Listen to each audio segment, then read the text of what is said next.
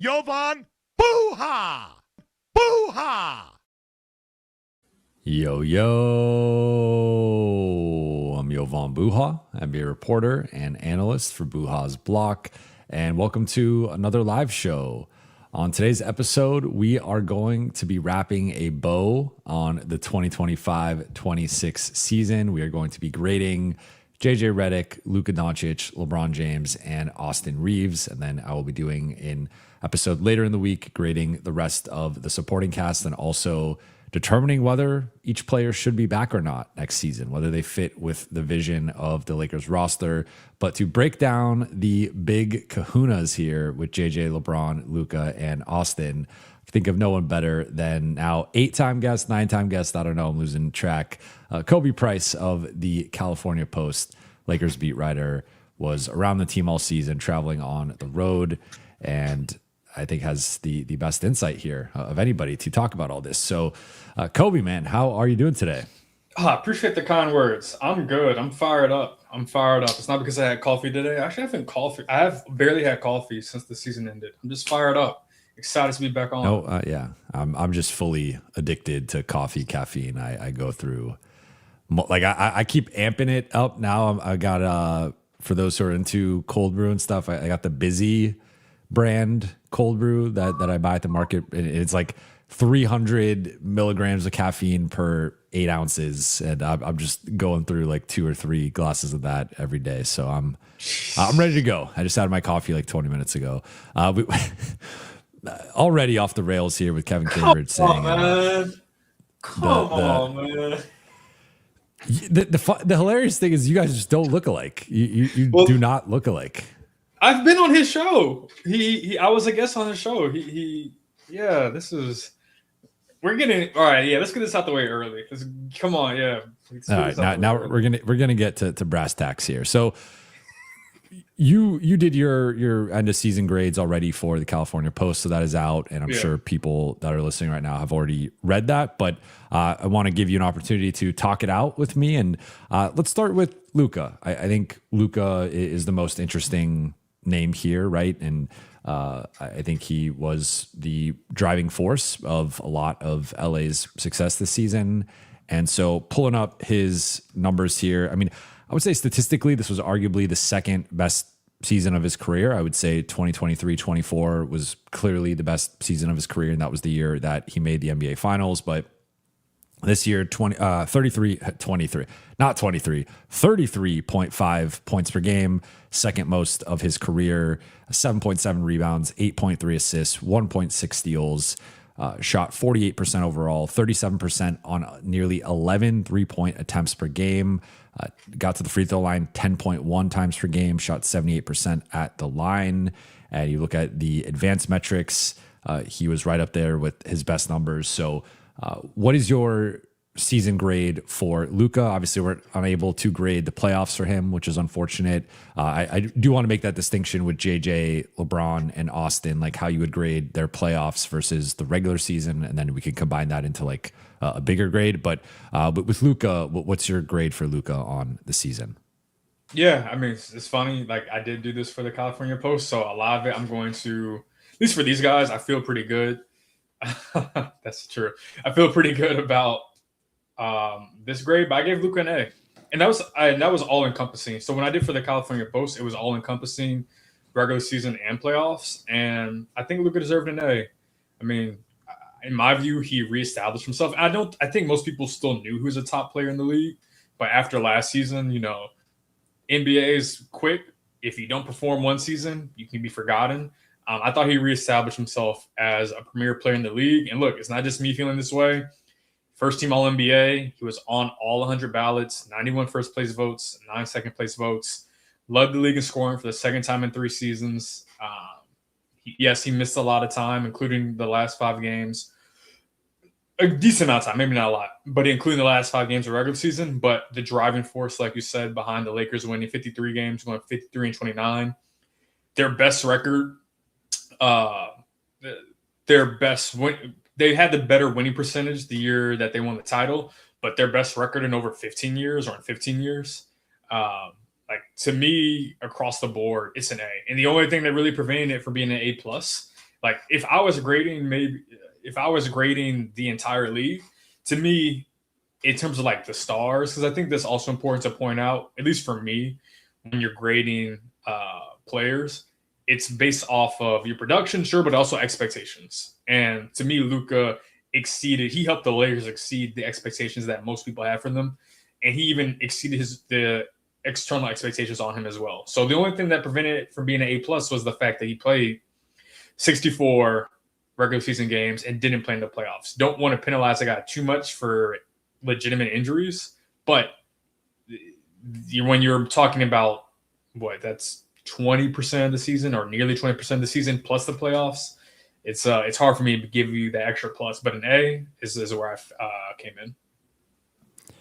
I agree. And we just did Lakers Collective earlier today, and we graded Luka and JJ. So my grades are now public for those who were tuning in earlier. But I gave Luka an A, and I was the highest one on the panel. Trevor gave him an A-, and Jason gave him a B+. And I just think I think there's a combination of like grading it with expectations, grading it against the best players in the league, but also grading it with himself.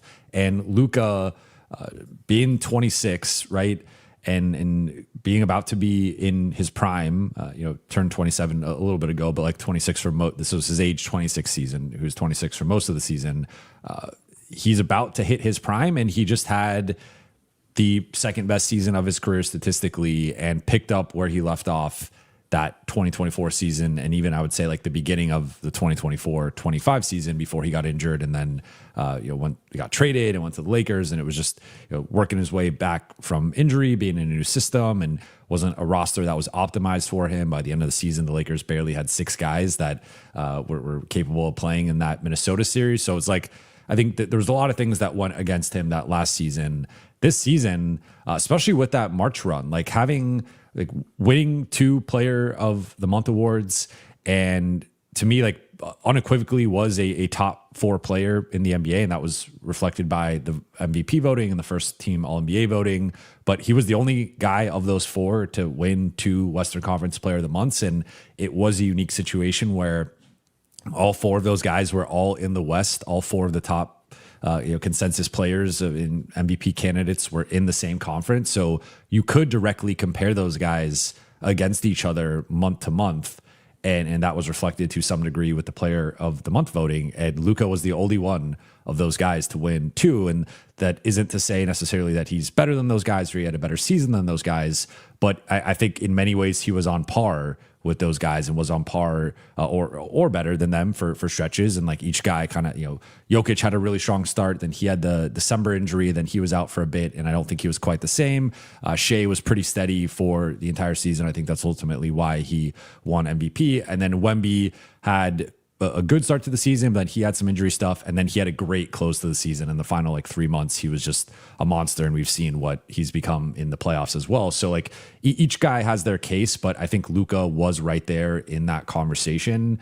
And again, like the March that he had was arguably the best month that anyone had this season, and I think Luka continues to show that his ceiling is as I think.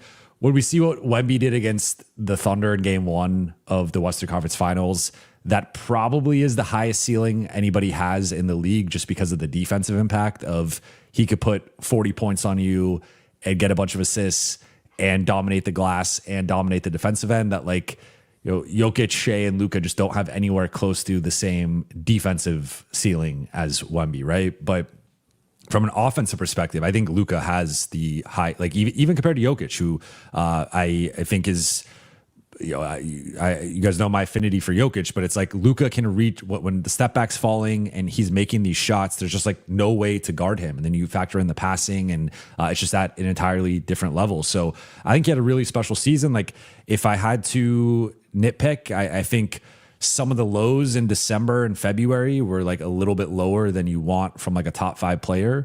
I think about even the OKC game that he got injured in, his 2 OKC performances this year were just not good. And he really struggled in both those games. And I think that had, it's separate even from the injury. He just was not handling their ball pressure well and not creating separation against them.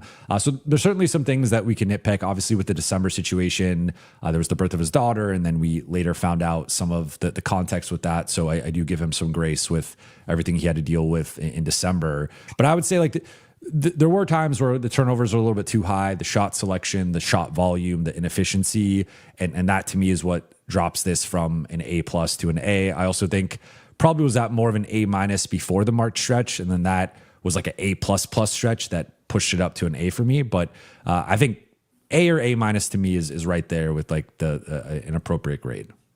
There was also the stretch where, I mean, it kind of waned. I thought the start of the season defensively, he had a decent start, and then that kind of quickly, I guess you can judge the Lakers off of this. Like when Luka was good, like the Lakers were, and it's an obvious thing to say, but like when Luka was on both ends, like that's when you found the Lakers at their best. But like very early, like Luka had a good defensive start, and he was honest about this. But then that quickly went away, like maybe like 10, 12 games into the season, and you saw some of the bad habits that he's basically had throughout his career, where he's not engaged, not energetic on that end of the floor. And that's also another reason why, again, injury, you're right. Like if the season stopped, let's say, and this isn't the reality, but February 28th, he may be more in that A-, maybe even like B+ range. Because I thought even defensively toward the end of the season, he picked it up. Like he found a rhythm on both ends. It wasn't just offensively. But like that was another factor in this defensively. Like it was a up and down season. I think he found a good level and was a part of, not just like a part of, but an active participant, an active contributor to them picking up that end of the floor. I think a lot of people focus on like the post All-Star break. It was really like from mid-January onward, right when they started to play a little bit more zone in mid-January, and Luka was a part of that. So he deserves credit for picking it up, while also acknowledging there were significant stretches of the season where he wasn't up to par on that end of the floor. I think another thing that helps his case, especially when it comes to like Player of the Month awards, all of that stuff, he never missed more than 5 consecutive games, and that was or at least in the regular season. And the 5 consecutive games was the stretch to end the season. Like he had the 4 games before the All-Star break. He had the 2 you're talking about for like he had 3 early in the season. I forget what it was. Maybe it was like a calf injury. Like he played the 2 games and then he was out. I think in Sacramento and Minnesota, and then maybe there's Portland. I think those were the 3 games. Like he was pretty available. Like even though it was 64 games played at 82 to end the season, like it was never. We didn't go like 2 to 3 weeks without Luka. Like Jokic obviously had the knee injury where he's out a long time.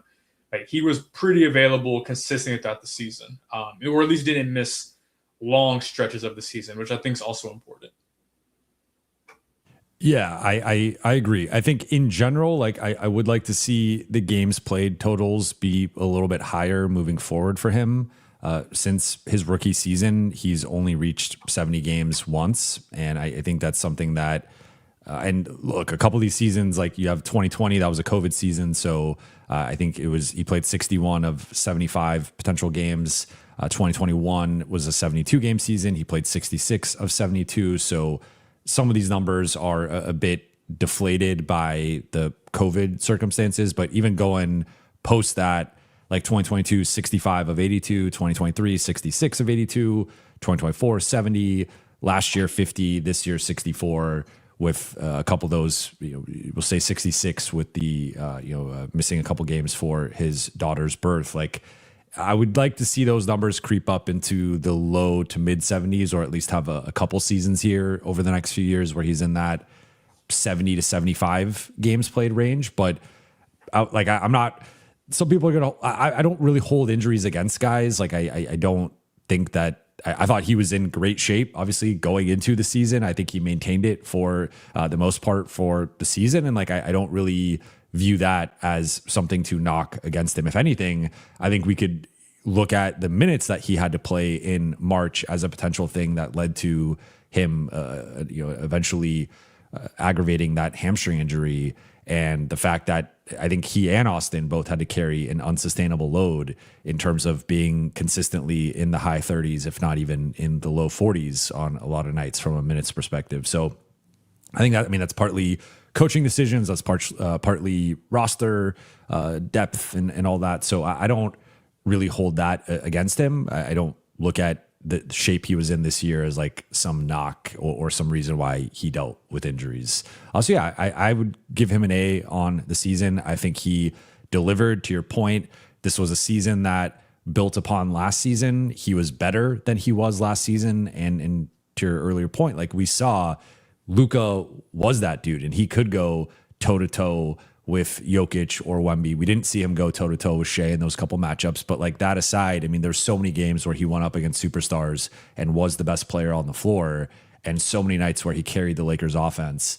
And I think there's some things he could be better with, right? And turnovers, shot selection, efficiency. He had the weird stretch in the middle of the season where it was like every other game was good 2-point game, bad 3-point game, good 3-point game, bad 2-point game. And he was kind of trading off there. And ultimately it netted out as like positive in both of those areas. But like, you would like to see that be a little bit more consistent. But I think we're nitpicking at that point, and I would give him an A. Let's look at LeBron here. So LeBron had many seasons within one, right? With missing the beginning of the season, then coming back and adapting to a smaller role. Then Austin goes out. LeBron has to adapt to now a larger role. Then Austin comes back. Then there's sort of this awkward reintegration process. They finally figure things out. And from a usage perspective, Austin is slotted more as the number 2. LeBron is more the number 3. He has a 22% usage percentage in March. The Lakers have their best stretch of the season during that span. Then Austin and Luka both go out in that OKC game, and LeBron returns to being the number 1 and helps LA find its footing late in the season, and then win that first round series against the Houston Rockets, and they get swept by OKC. But I felt like they emptied the clip. They left it all out on the hardwood, and that was the result. There was just a massive talent discrepancy between the two sides. So with LeBron, season-long numbers, 20.9 points, 6.1 rebounds, 7.2 assists, 1.2 steals, shot 52%, 32% on threes, and 74% at the line. What is your grade for LeBron James? See, the funny thing is, like, he was probably the most challenging one for me when I was writing this a couple weeks ago. And even now, like, I was about to say my grade, and I was like, do I actually think this? I'm gonna go A-. That lines up with what I wrote. I kept going back and forth between A- and B+. So what about if we now can get more specific with what would you give him for the regular season, and what would you give him for the playoffs? For the regular season, I would probably give it a B+. And then the playoffs, I would give it an A. And I think that's why for the season, I'm gonna settle on an A-. And honestly, like regular, like, and to your point about like that, like, let's be honest, like the March through, and because LeBron did play, I mean, he missed a little bit of time in March, and that's kind of when they start to find that groove. Remember, I know you remember. For listeners, viewers, he missed the Knicks game, the Minnesota game, and there was one more game I'm blanking on. Was the Indiana game? It was the Indiana, New York, and Minnesota, or something in that order. Like he missed those games here after the Denver, because he got hurt in Denver. They came back. Indiana, New York, Minnesota. Yeah. So, and that's when like Luka and Austin, like they found a rhythm in those games. Like they found a groove. He comes back. I want to say it was against Chicago. You still have it pulled up? He came back. It was against Chicago. Yeah, and they were able to they regained a rhythm. But to me, like that post return stretch after coming back against Chicago through the end of the regular season, like that was something that carried, at least for me, from like a B regular season to B+. Kind of like Luka went from an A- to an A because of that stretch. But then LeBron, obviously, he had to finish out the season, or he did finish out the season rather. I mean, and it's weird. Like I'm sure most people are like LeBron a B or for a regular season, because the reality is like, look, he was still an all-star. Like let's focus on the positive. Still an all-star. Still average over 20. Like even after missing the sciatica, missing time because of sciatica, he had basically that 6-ish game stretch where he just was trying to find a rhythm after missing training camp, preseason. So for 14 games he wasn't available, and for basically you want to say 20 games he wasn't available and or he wasn't him, right? Like he wasn't himself, which that's a fourth of the season right there.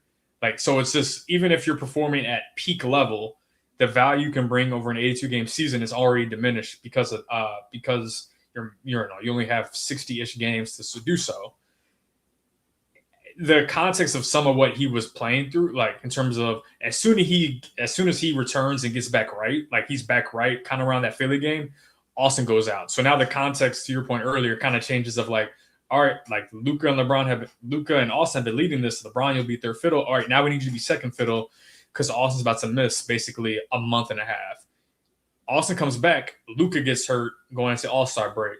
You come out the break and you basically like, this is their first real chance of having opportunity. And throughout it all, like, I thought the defense early wasn't the best, but he picked it up. He found a rhythm on that end. I thought he was actually really good defensively to close the season. Not as good as last season in that like January, February stretch, but defensively, I mean, I think Marcus was the best defensive player for the Lakers the entire season.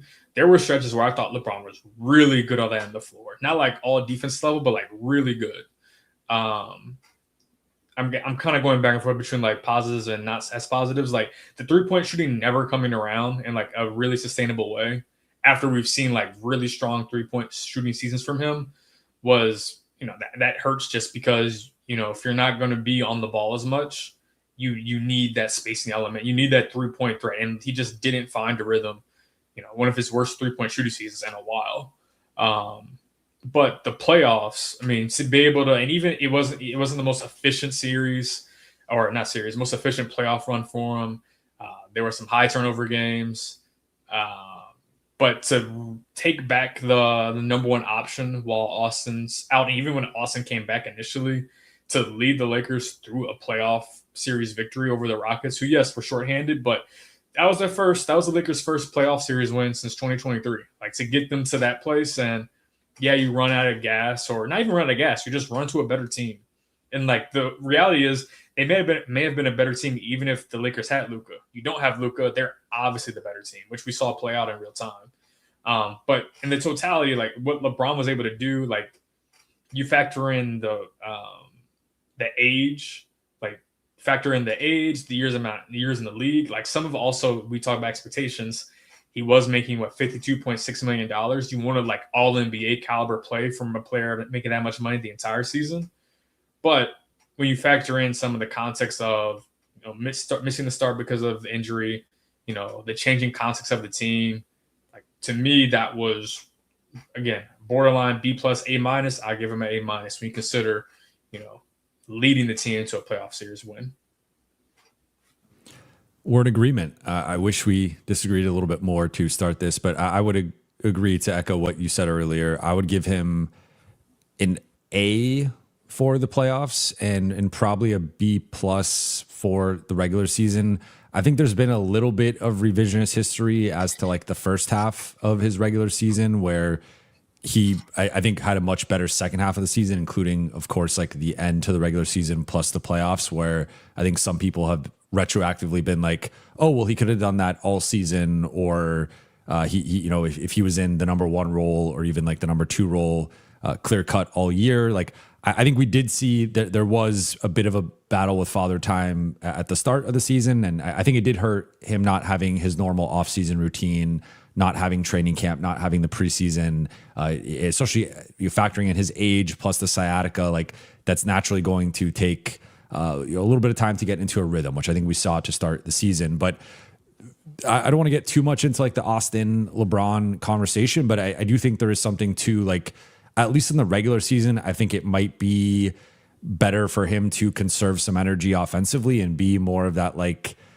2B or number 3 role. And then you saw in the playoffs, like you want him to ramp it up. Like LeBron has always, even in his peak, in his prime, LeBron was a playoff riser. He has always been a playoff riser. He has always been someone who, no matter how great of a season he's having, he's going to be even better come postseason. You look at year after year, like that's always been LeBron. So I think even at this age, going into about to be 42, year 24, like I expect whatever level LeBron plays at in the regular season, he's going to be even better in the playoffs. But I also think you have to factor in, like, he is 41 years old. He's played more minutes than anybody else. And you have to have a bit of a balance there of, you don't want LeBron playing 38 minutes a night and being like a 30% usage guy, because I think you're just going to wear him down to the point that he's not physically capable of putting the team on his back to a degree come playoff time. So I think the Lakers actually, in my opinion, handled that well for the most part. I know, like, it was a role that he was overqualified for, but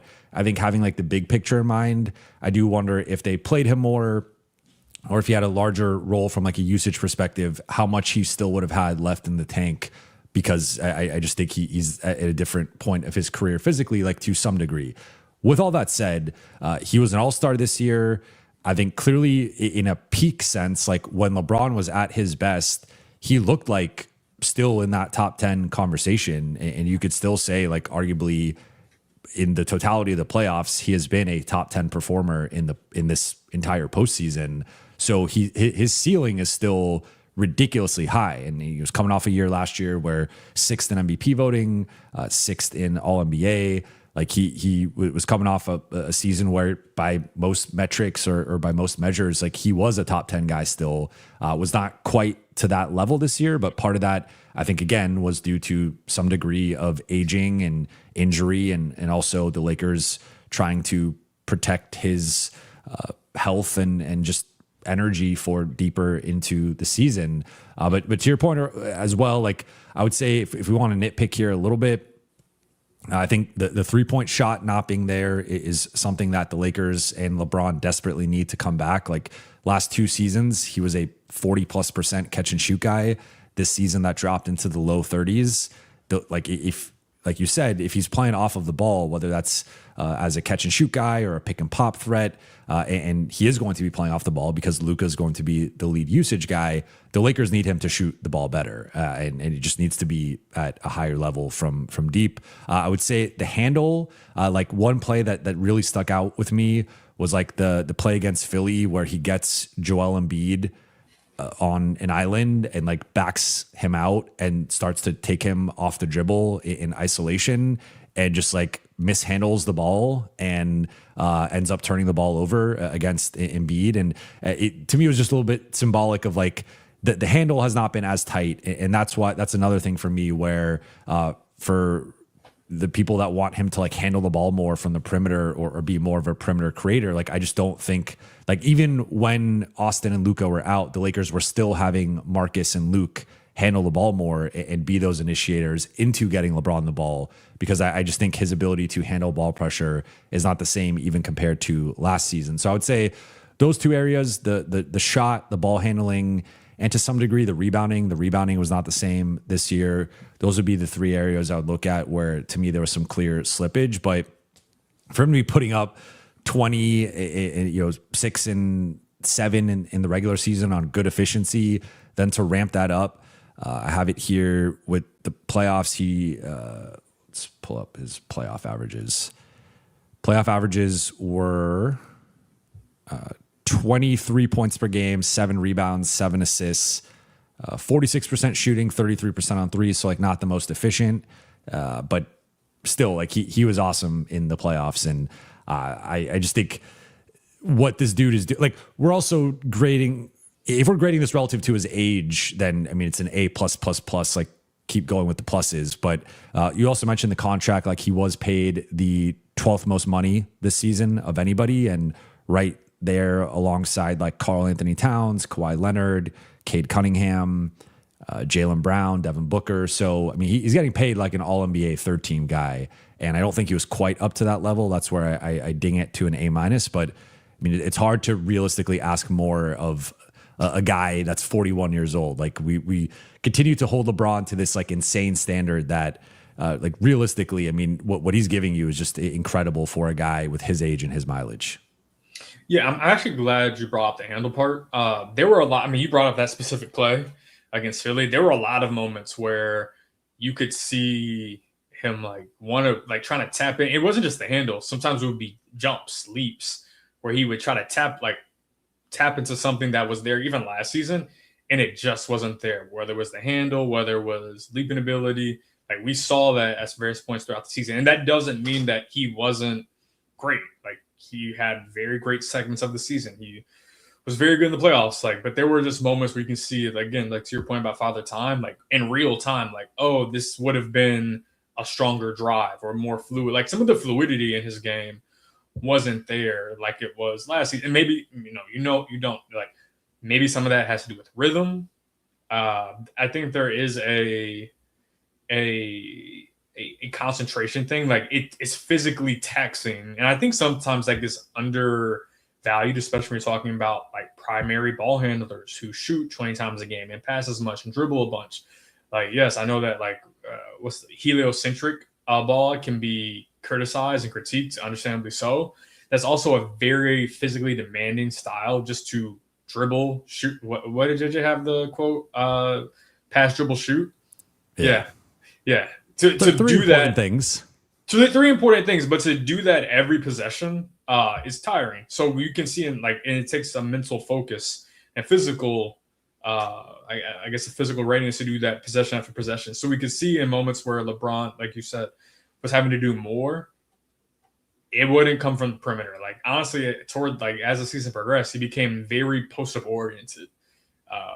As like a primary, or from the elbows, where this elbows, the block, like those were his primary ways to attack. We even see like he would get the ball in the perimeter and then like start posting up 24 feet, 23 feet away from the basket.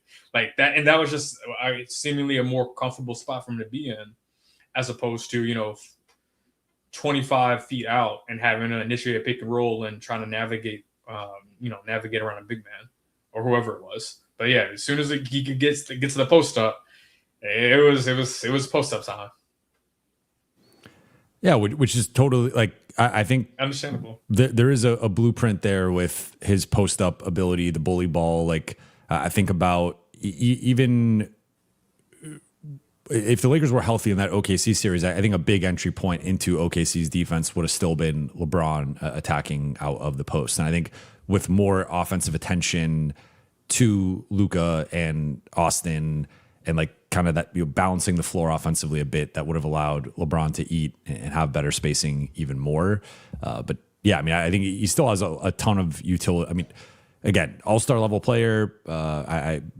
Playoff wise was I think in that top 10 conversation I still think is like a top 25 guy right now in the league. And it's just ridiculous. And I'm fascinated to see how this offseason plays out. Let's shift things toward Austin.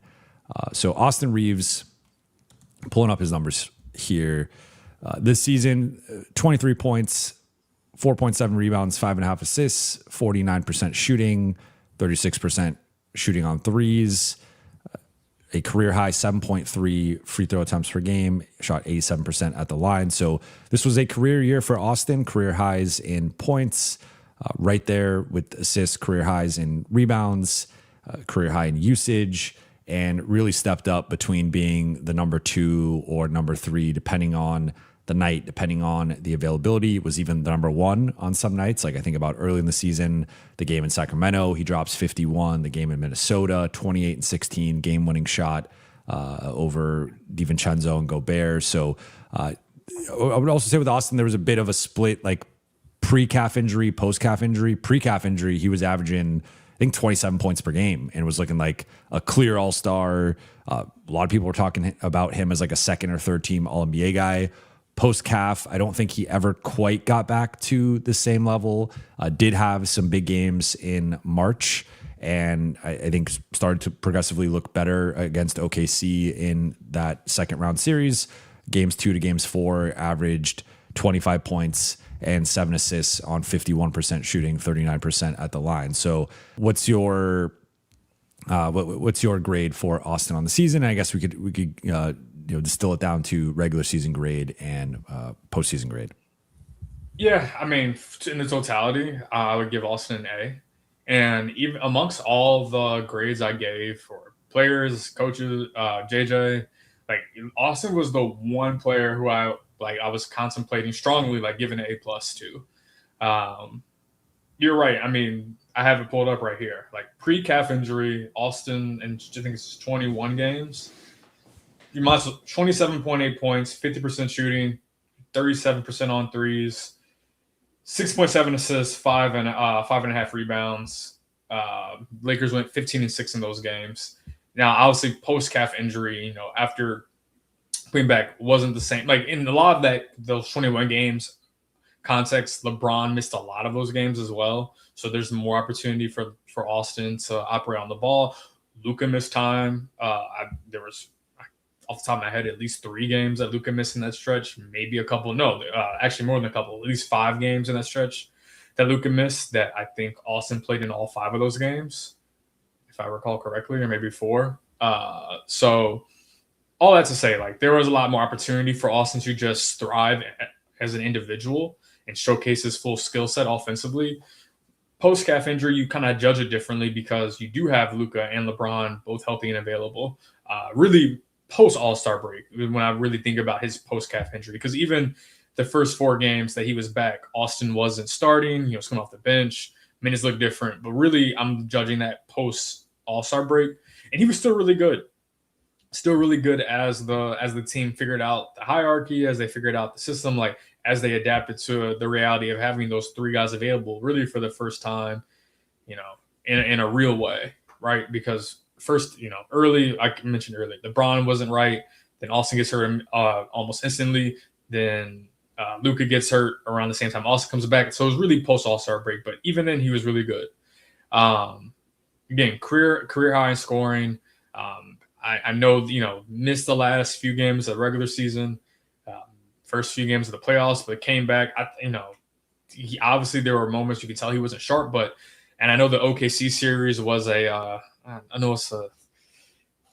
don't even know the right word. It landed differently for everybody, but we saw a game to game, like he was finding a rhythm. Like those last 3 games, and I know you can't just judge a playoff run for just 3 out of the 6 games he played, but for basically half this playoff series, you could see him improve. So to me, when you consider his age, he's entering the prime of his career, his contract, to me, this was an A season. The biggest dings were the fact, he played 51 regular season games, 6 of the 10 playoff games. Again, don't want to ding too much for injuries, but it's hard, again, when you're missing that much time. 31 out of 82 games. We're talking about 35% of the season, a significant chunk, or maybe more than 35. I can't do it off the top of my head. Significant chunk of the regular season. It's hard to get that A++, also not being fully available for the playoffs. But to me, this was a great season for Austin, not just individually, but the way that he helped the team in whatever role he needed. The other dings is that you could also see defensively. Like he slipped at various moments, and so maybe some of that was because of injury. But even when I first started covering the team, or the year prior, like he was just better defensively, and some of that's increased offensive responsibilities. We see it all the time. As that goes up, your defensive output typically tends to drop, but that hurts. The shooting, it was a better shooting season than I think, or just as good of a shooting season you can expect, especially when you consider that some of his threes aren't like I feel like him and Luka are just those late clock threes would be the ones that really drag down the percentage. But, to shoot the way he did, I know that's a concern for him, but I thought he had a strong shooting season, all things considered too. I'm going to go a little bit lower. I'm just going to go to an A-. I think if I would go A in the regular season and B in the playoffs. For me, I think another thing, I don't think you mentioned the contract. If I'm not, I did. Yeah. You did mention the contract? Okay. Yeah. I was looking it up as you're talking. So I guess I missed that part, but he was paid as the 130th highest paid player in the league, and he gave you easily top 50 value this season. So if we're looking at like contract value, I think people have expectations of Austin needs to be the number 2 or the number 3. Austin is getting paid like a high level bench player, and he was giving you far better production than that. Like he still one of the best value one of the best non-rookie scale value contracts in the league. Now, after this summer, he's going to get paid at a certain level and the expectations will be different. But I think just with that as a starting point, like paying a guy $14 million to give you 23 points, 5 rebounds, and 5.5 assists. Also looked it up because you made a great point about some of his numbers being affected by being a starter versus being a bench guy. As a starter, he averaged 24 points per game. So remember, with the calf injury back in December, he returned for, missed some games, returned for a bit, came off the bench for a couple of games, then ends up missing the big portion of the season, comes back and is coming off the bench for a few. Like every time, even in the playoffs, he came off the bench for a game there. Like every time he returned from injury, he would come off the bench and be playing sub 25 minutes, and that I think influenced some of his numbers as well. So I think the thing for me was I've long been high on Austin. I thought even as a rookie, he was probably the Lakers' third best player his rookie season. I mean, that roster was a disaster. Half of the roster was out of the NBA by the end of the season, but I've long been high on like Austin should be starting. Austin should be playing more. Austin should have a bigger role. But if you ask, like, if I did not have him going into the season averaging 23 points per game and doing so on actually higher efficiency than last season and like maintaining, it's hard to maintain your efficiency as you scale up in usage and role. And that was something that I just did not like. To me, this season rewrote what the ceiling could be on Austin. Now, if we want to, you laid out a bunch of the things we could criticize. I think the defense has slipped. I think the 3-point shooting specifically in the playoffs has been a concern now for 3 straight years. Over the last 3 postseasons, he has shot 29% on threes combined. That is far too low, and a lot of those have been catch and shoot opportunities. So I think that if he is going to be the number 2 or the number 3 next to Luka long term, he's got to be in the high 30s, if not around 40% as a catch and shoot guy. Like the comparison that people will make is like Jalen Brunson, pre-New York, Kyrie Irving, those 2022 and 24 runs. Both those guys shot 40% on catch and shoot threes in those runs. And I think that was a critical part. Like Austin to me has shown he can be the shot creator. He could be the ISO scorer. He could be the pick and roll guy. He could be the passer, but he needs to show that he can be that he can maintain his legs deep into a season and that he can maintain his jumper deep into a season. Cause I think that more than anything else you want to criticize with him, that is like my biggest concern of, can he get to a certain level as a jump shooter, and particularly an off-ball jump shooter? Because I think there is a limitation to how much he'll actually be on the ball.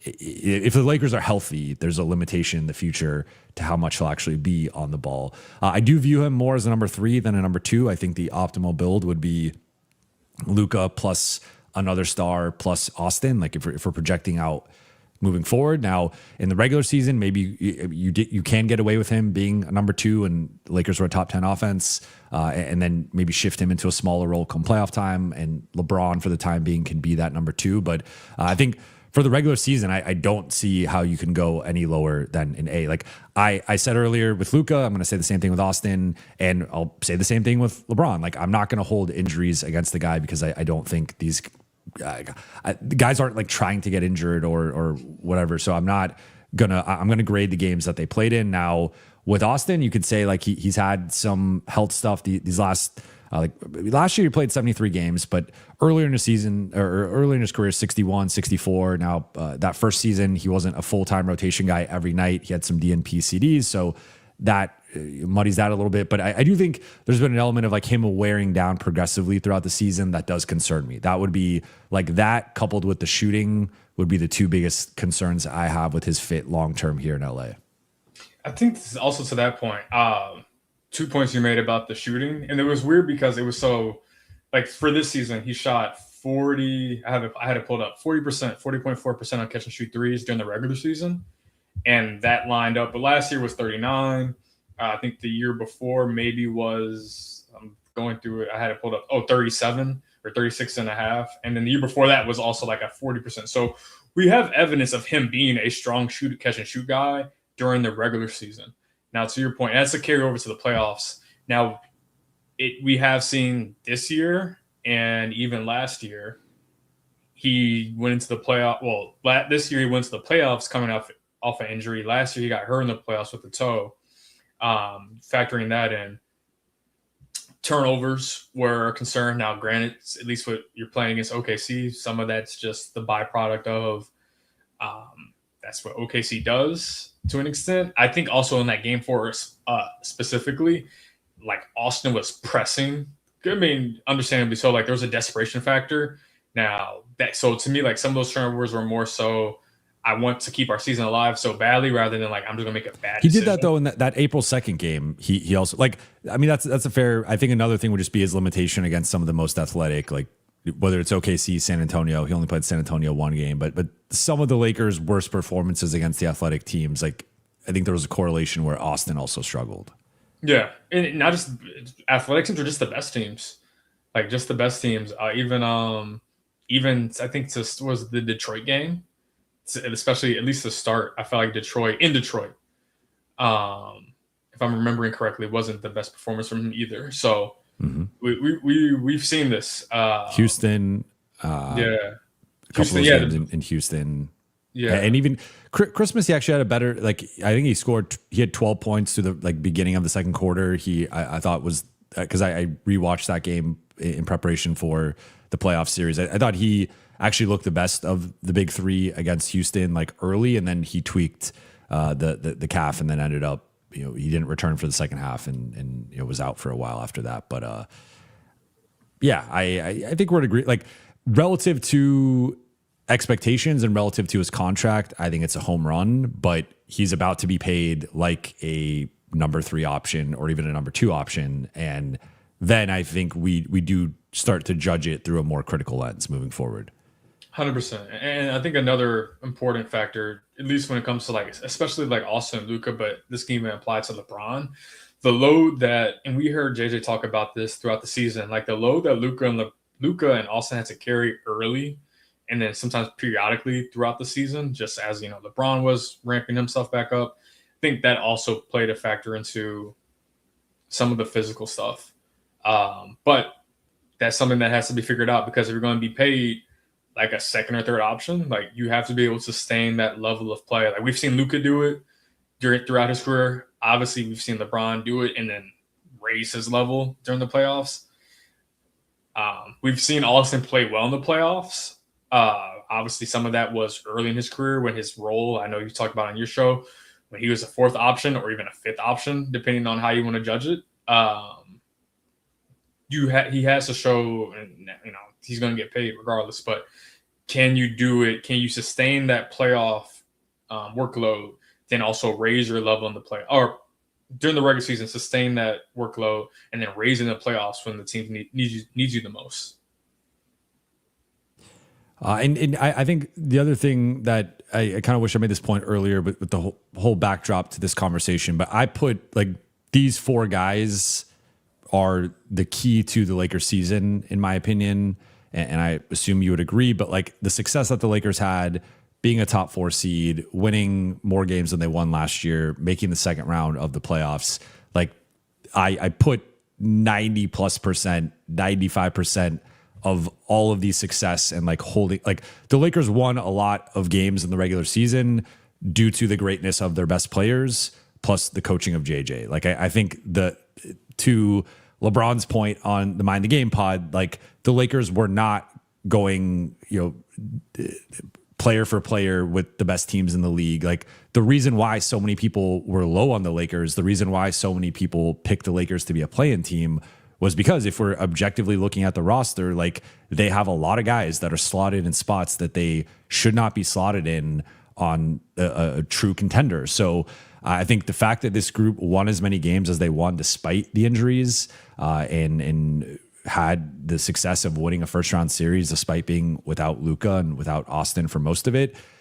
that is a testament to each of those 4 figures stepping up in some big way. And so it was Austin stepping up at times when Luka and or LeBron were out. With Luka, it was carrying a massive load for most of the season. For LeBron, it was embracing taking a step back. But then when the Lakers needed him to take a big step up, he took it and carried them into the second round. With JJ, it was dealing with a ton of moving parts.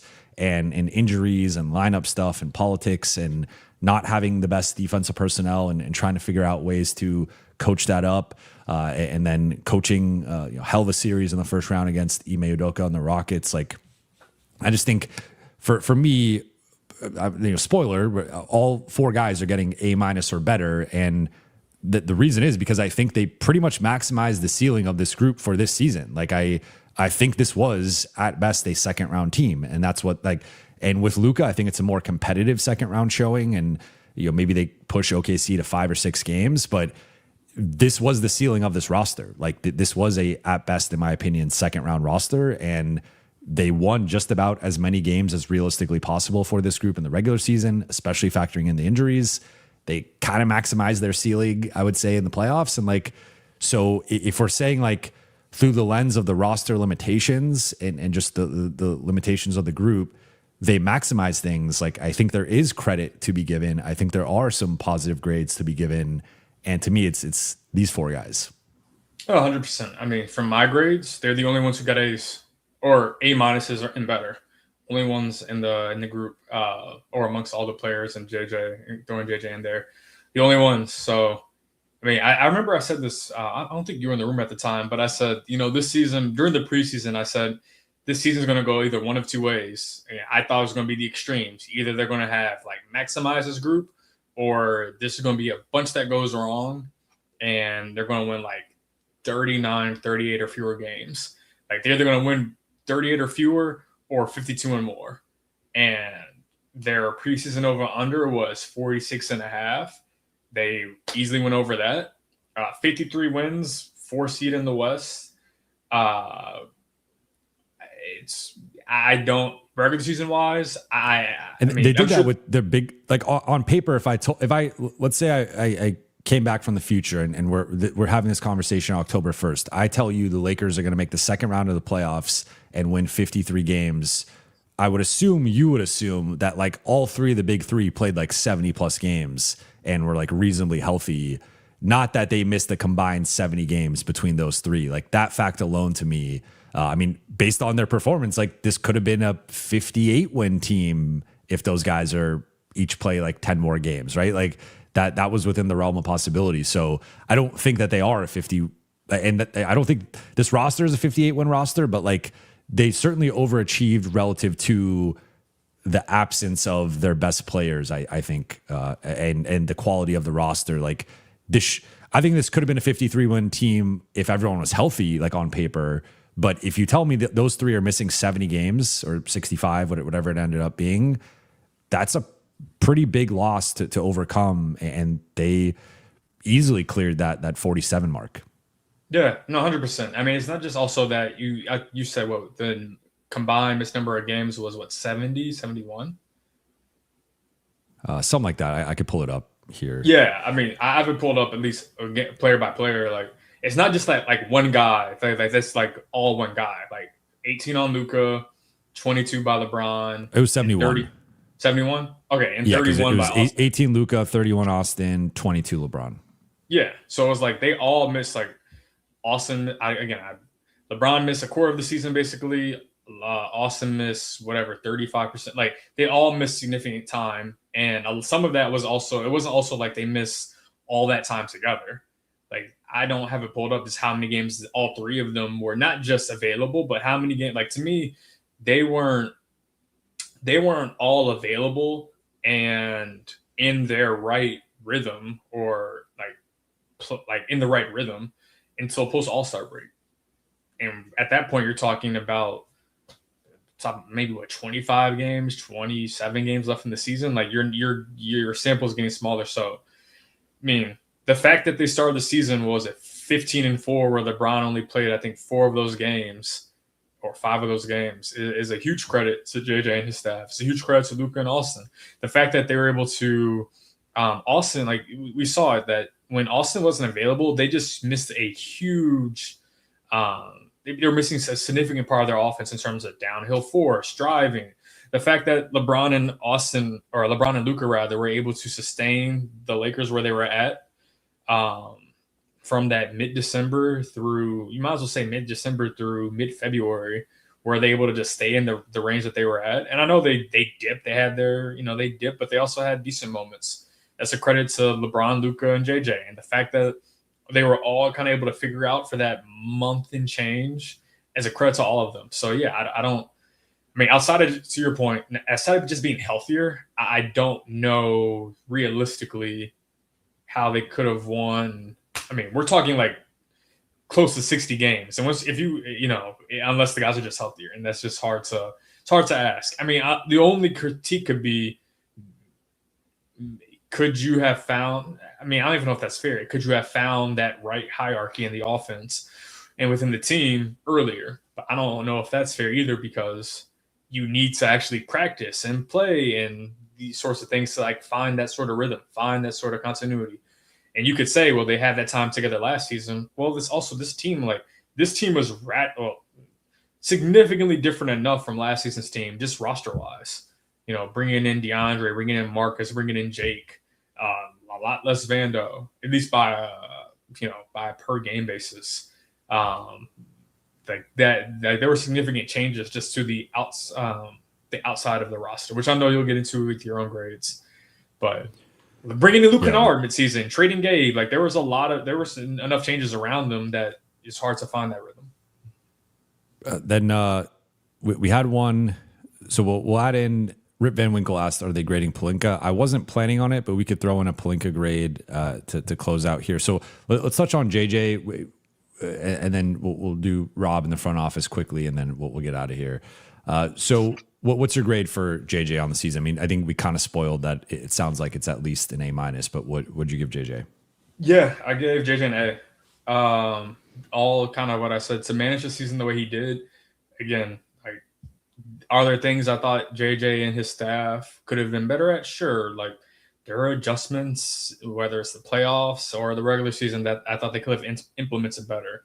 All in all, like, JJ and his staff led the team to 53 wins, despite, again, 22 missed games from LeBron, 31 from Austin, Luka being out the last in the regular season, playoffs. Like, to me, JJ, like, they maximize this team. They maximize the talent on this team. And to me, that's what you ask your coach and your coaching staff to do. Maximize the roster that you're given. They don't, they're not getting the ingredients and making the food, right? Like, they're making the food. And to me, they made the best meal of the 2025-2026 season that could have been realistically expected. So for that, I think JJ and his staff, for that matter, not just him, but his staff, deserve an A. So I'm torn here because I gave him an A- on Lakers Collective, and I think I was the lowest. Trevor and Jason both gave him an A. You gave him an A. You guys have all made or actually Trevor gave him an A- as well. Jason gave him an A. You gave him an A. You guys both made compelling cases as to why it should be higher. I'm torn because I feel like there still were some things that, like, to me, I mean, the biggest one, low-hanging fruit for me, which is on brand with my take on I already know what you're going to say. Is like the starting group was just egregious, that lineup played as much as it did for as long as it did. And it, I will repeat, like, was one of the worst high-minute groups of the season. And you look at the lineups that are surrounding it, and it's basically all lottery level lineups. It's the Washingtons and the Brooklyns and the New Orleans and the Indianas, and just a group of lineups that the Lakers' primary lineup for a quarter of the season should not have been at, right? So I get the politics with, like, Rui has long preferred to start. The Lakers are paying him starting level money. They had the proof of concept of last season, which is DA coming in and replacing Jackson. But I think it was clear I thought before the season even started, it was clear they shouldn't go with that lineup. But once it became clear they were going to, I felt like it was clear a few games into it. Maybe you could stretch it out to like 6 to 8 games, but the fact that group played for as long as it did together. And then I also felt like there was a little bit of, like, they would have the occasional injury or something where a guy would miss time. And then it became like, well, we don't have like the full group, we don't have the full picture here. And I was like, no, this lineup, particularly the LeBron, Rui, Luka 2 through 4 combination defensively, that there was just a limitation to the defense, the help, the backline rotations, the rebounding, all that stuff. So I felt like they took far too long to switch that, and it impacted, I think, some wins. I think, it cost them some wins. I think it put them in a hole that they constantly had to get out of in games. So like there was just one thing to me that was like so obvious that I felt like from a process perspective, I would give it more of like a B plus process. Like I felt like they had a B plus process in the regular season, but they got A results. So like, where do you split that in like, because clear, I mean, they overachieved in terms of their statistical profile was that of like a mid 40s win team. And now I don't want to get too much into like expected wins and whatnot, but I do think there was an element of like, there was some luck with some of the late game stuff. There was some them punching above their weight from like a results perspective that I think you do give JJ and the coaching staff credit. You give the players credit, and especially the best players on the team. But I felt like there was some things. I also think if we want to really get into the minutia, I don't think they ever put it together to the level that they should have offensively with this group. Even in March, I think in March they actually were getting by. Like a lot of that was like defensive stuff, which JJ has proven to be. I think he's already a top 5 defensive coach in the league, and like he's an elite defensive coach. He just has not had the weapons, or to your point earlier, like the ingredients to put out. Like if you give JJ like OKC's roster, I think he's right there. Who knows? I'm not gonna say he's a better coach than Dagnall, because Dagnall's one of the best coaches in the league. But like give JJ like elite level defenders, and I think he'll cook up a special defense. But I still feel like they've left a lot on the table offensively, where even going back to last season and this season, it feels like they've slightly underperformed relative to the offensive talent they've had. And then I also look at just still like the lack of trust with the bench. And I get it, because if we get to the front office stuff, like I think the bench was pretty bad this year, and especially like the back half of the bench. But I also think just the at times relying too much on, like there's too many games where I would put in my notes like, the Lakers are up by 20 with against a bad team with 10 minutes left. Why are the starters still on the floor? And maybe if you ask JJ, he would say he's trying to make up for the missed games and trying to get reps with the guys, trying to keep a certain rhythm. But like, I just felt like there was too many games where he would play the guys deep into the fourth quarter when the game was already decided. And like those were valuable minutes to bank for later in the season.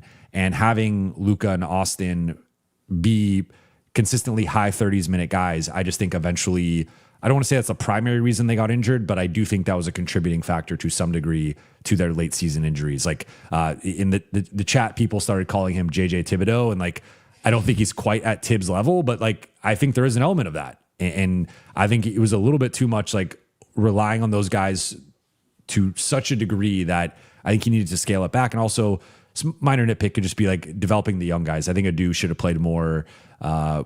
And some of the stuff with like Drew Timmy and Khobi Buffkin. I know we're talking like very minor stuff here, but like they started playing Drew Timmy and they started winning those bench groups, and then he just went away from him. And I know he's a two-way guy, but Khobi Buffkin like had a couple flashes. They signed him to a contract, and then he just doesn't play like the rest of the time. And it just, I don't know. I felt like some of those decisions were a little questionable to me. I don't think he's shown he fully trusts young guys or wants to develop young guys at this point, where I think you could still use that guy as like what they did with Bronny. I think what they did with Bronny, they could have done throughout the season with different guys, and they just chose not to.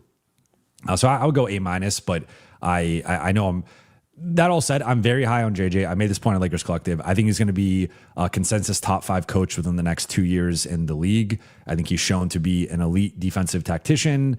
I was high on them when they signed him or hired him. I think he has lived up, if not surpassed, exceeded expectations up to this point. Like there's a reason why the Lakers were so high on him. I think he's lived up to that. I just think if we're being nitpicky, like there's a couple, 2-3 things I probably would say he needs to do better moving forward.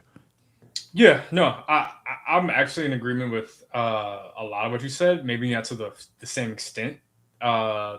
the start. Also, we can starting lineups. I agree with you. Like to me, I think we were in agreement. Maybe I think we did preseason show.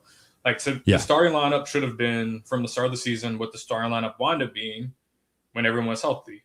Luka, Austin, Marcus, LeBron, DeAndre. I think maybe did you say it should be Jackson instead of DeAndre at one point? I feel like at one point I heard you say that. Late in the season, yeah. Okay. I just want to late. In March, like Jackson.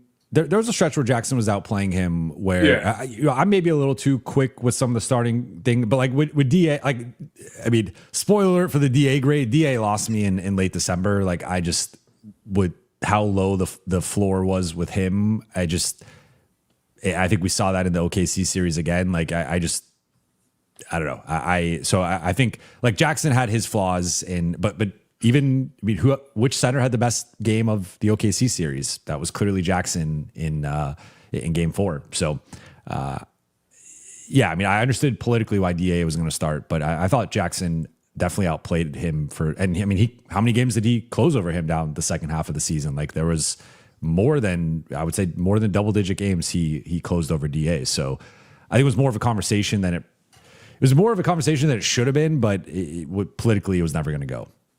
Yeah. But even with that, like I think we're in agreement on who should have started the entire season. I'll ask you. I bet you know the answer. But what do you think was the most frequent starting lineup for the Lakers this season? It would probably be the DA, Rui, Luka, Marcus, Austin. No. DA, Luka, LeBron, Jake, Marcus. Okay. When Austin the Sands Austin lineup. Okay. Yeah. Got it. That lineup started 18 games now, and they won 11. That's problematic. Well, but to me, I think that's also like the Luka, Rui, LeBron, Austin, DA lineup only started 8 games. Like but the problem it felt. I guess it was the help. I guess minutes. It was the. But it was also like for the duration that it was the quote unquote starting group where I think it started fewer games because guys were injured because that was also around the time Austin got injured in December and that changed that lineup from starting. But even, I mean, and then what honestly changed it was then Rui got injured. And I think Rui getting injured that was like once Rui got injured, he never returned full-time to the starting group when they were healthy. Obviously when LeBron missed a game or eventually Luka and Austin got injured again, it was like, okay, now Rui's back to being a starter. But I mean, I said it felt like more that's good context there. But it was more than an 8 game, like from, it wasn't like 8 straight games. It was more like that was the projected starting group. They missed LeBron for the first 14 games of the season. And then that group, like, I mean, that was basically the starting group for like the first 2 months of the season. They just didn't have everybody available. And I thought from a process perspective, that was a mistake. No. And so the argument that it's hard to make is like, would they have come to that conclusion earlier if they had that lineup? If they had that lineup available more. I mean, I think that's a fair, like, I think in like defensive coaching staff, it's like, we don't have the, because sometimes in a regular season, it's like a data accumulation thing, right? Like you have 82 games to accumulate. Like to us, it could be obvious, but there's also the reality of like, all right, our bench may not be the best. Like we have limited options in terms of who can realistically start. Let's get a sample with Marcus. Let's get a sample with Rui. I'm gonna be honest, and like, I think amongst like the role players, Marcus and Luke, or like the non-starters, just role players, Marcus and Luke Kennard had the highest grades for me. Like I don't know if Marcus was physically ready to start, like be a full-time starter and play those minutes early in the season. And I think we saw that, like he missed that significant stretch pretty early on. And I remember like him working his way into shape. And that was a big talking point from JJ. Like, we feel like when Marcus is doing X, and then he would always be like, and is in good shape. Well, it's like that's sometimes JJ speaking to us. He's talking to us. He's also saying stuff that he says to players behind the scenes, but like he's also mentioning that says like, Marcus being in good shape was an important factor for his production, but I don't know if he was truly ready to be a starting level player on whatever October 19th or 21st, whatever the first day of the season was. I think it took him time to build up to that. So I think that's also a factor. He did start Gabe over Marcus though. That is Well, hey, if he wanted 10 Gabe Vincents, he was trying to have five out there. He had two good preseason games, and then got the starting spot. I think we've all erased that from our memory, but that's where I'll draw the line. Okay, you could say he wasn't healthy enough for Rui to start over him, but Gabe is where we got to draw the line. Fair enough. Now, the one thing, I mean, the Gabe thing. Thank you for bringing that back to my memory. Like Gabe's destruction to the rotation. There needs to be a 30 for 30 on that of how bad those minutes were and how he continually played 15 to 22 minutes every single night, no matter how many goose eggs he put up. Opening night starting lineup. This is fun. I mean, we've gone way over. Jesus, Rip Van Winkle. Opening night starting lineup. What do you remember what it was? Opening night against the Warriors. Austin, Luka, Da, Rui, Gabe, right? Yeah. I'm sure if like you asked, and that lineup only started. I swear it only started 2 games because then Luka got hurt, but Gabe stayed in the starting lineup, and then like I think Gabe got hurt in the third. Like it just he got hurt in Sacramento. Things unraveled quickly. I don't know if he started. I mean, he may have, and I'm forgetting. I don't know if Gabe started another game outside of the first 2 games for the Lakers this season. He did. He started more. Anyway, the thing I'm actually like the developing young players, that's huge. Like especially we're seeing San Antonio do it, OKC do it, Minnesota, like they've had success with that. You look at Jaden McDaniels' example, no longer that young, but Terrence Shannon Jr. was a guy like they've had in their system for a minute, and like he was big for them in the playoffs. I mean, that to me is like the big thing. Now, also part of that is, we're talking about young players. I'm thinking about Adu, Bronny, Dalton, like, and you brought up Drew, Khobi, Nick Smith Jr. Like part of it's also like those guys have to deliver in the minutes. I think it was good to play Adu. Like I agree, they should have played Adu a lot more. Other reality is the health part of it with him. Yeah, I mean, I think that's fair. I think that there were times he was healthy where, he dusted him off against like Milwaukee and Boston, and like there was a couple games here and there. I think I'm not saying he should have been like a 20-minute a night backup. It's more so, could you have found like 2 3 to 5 minute shifts per half for him, and sort of like I think there's a way that the best teams play their primary rotation, but also test out other guys or like give other guys like little auditions to see what they could do in a certain game, a certain matchup. And the Lakers did have some of that, but I feel like that's like the next level for JJ to get to is like, how do I do like the primary thing while also developing these guys? And now I think it's on the front office to give him better guys to develop, because I think there's a clear limitation to the ingredients and the tools he was given this year. But I also think I think Adu is the one in particular where like we saw the flashes late in the season. We saw, a couple of the flashes in the playoffs, and it's like a big part of it was he had the knee surgery last year, was unavailable for summer league, was unavailable to start the season, was unavailable for a couple of big stretches during the season.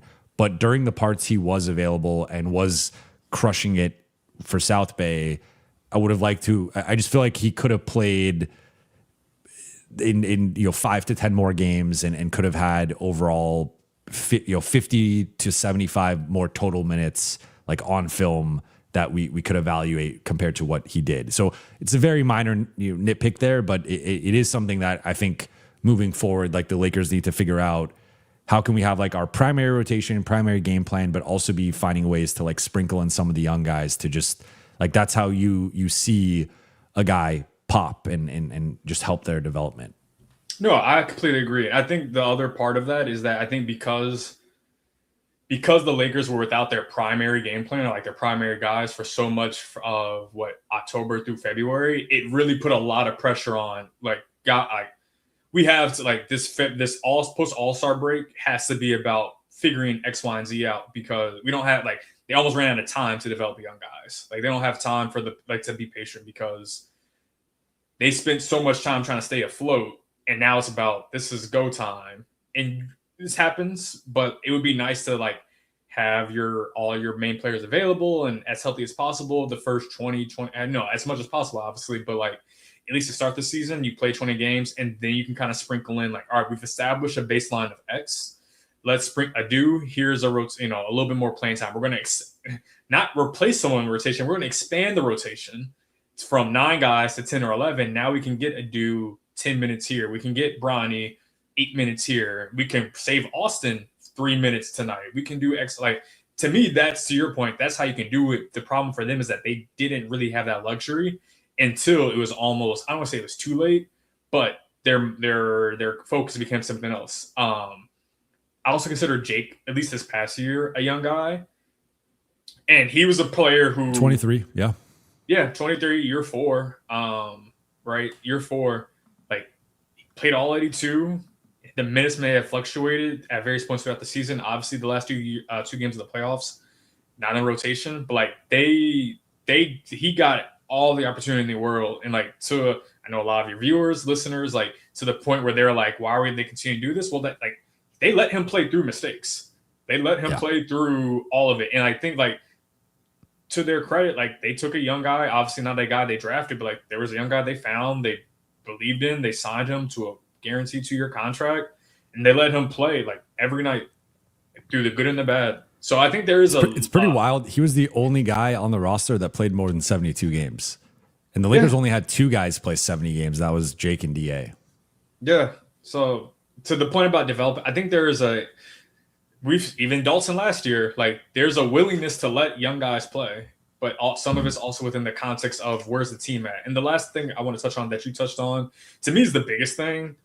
The offensive optimization has to be higher.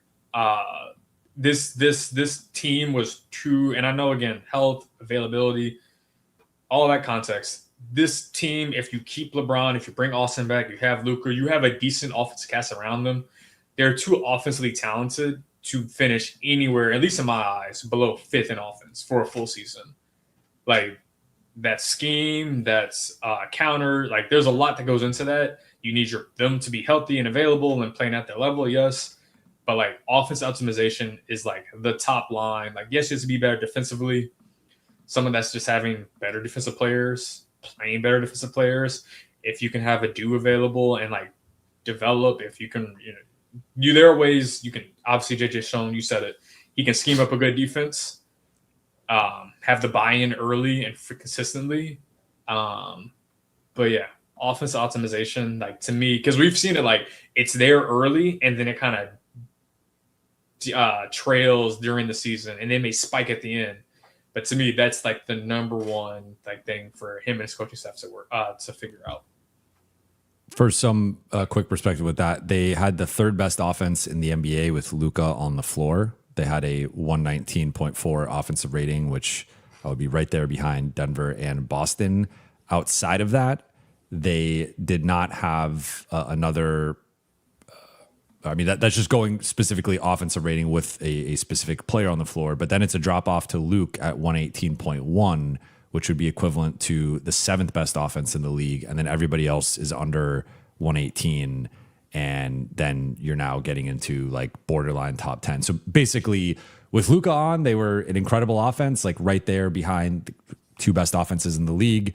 Everyone else, it was more like back end of the top 10 or like below top 10. So they got to figure out a way in the non-Luka minutes to, and that was another thing with the Luka case for me being in A is like, especially post All-Star break, like the Lakers were so dependent on Luka where when Luka was off the floor, the offense just cratered. When Luka was off the floor, like he had I think it was around like a plus 16 or plus 18 on-off differential swing, which had not been the case for the first half of the season, but was the case for the second half. So that was another thing. Final thing here, we got a super chat, and then we will close on the front office. We don't have to talk about the front office stuff too much, but what would be your front office grade for Rob and the front office this season? This season, I mean, so wait, just quickly, when we say this season, do we mean like literally from? So like I would last go back June? to last summer, Okay. starting with like basically July 1st, 2025 through the trade deadline. Or I guess you could even go through the end of the regular season because you had some decisions to make with, do you waive anybody? Do you sign a two-way guy? Or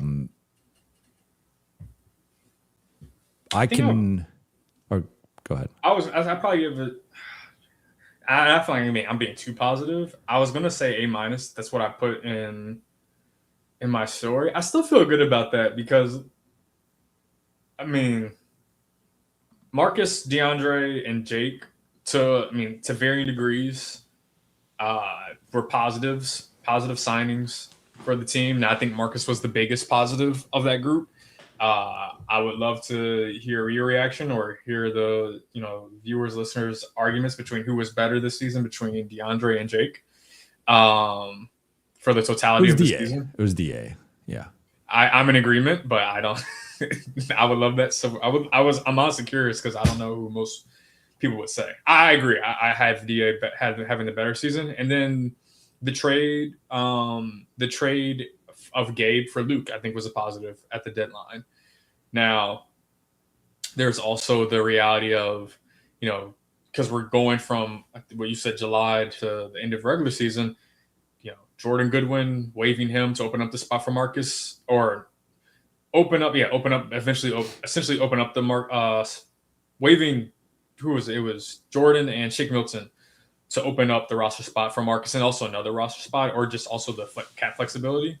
Marcus was valuable, but could there have been more creative ways to open up that spot where you could have Marcus and Jordan, right? Like, to me, this team lacked depth, especially once you got past, 6 guys. It would have been nice to have, and especially when you see Jordan, having a season that he had in Phoenix, it would have been nice, even if that makes your team more undersized, just to have another body you can rely on for 15-ish, 20 minutes a night, especially in the playoffs. Now, we saw last season, JJ, he went to the groups he went to, and Jordan wasn't always part of them, but just to have that body available for an entire season. And again, I don't think he's the youngest guy in the league. I forget how old Jordan is. He's been around for a while. But just have a younger body, a younger player, or a less experienced player that you can develop in your system that you're already invested in.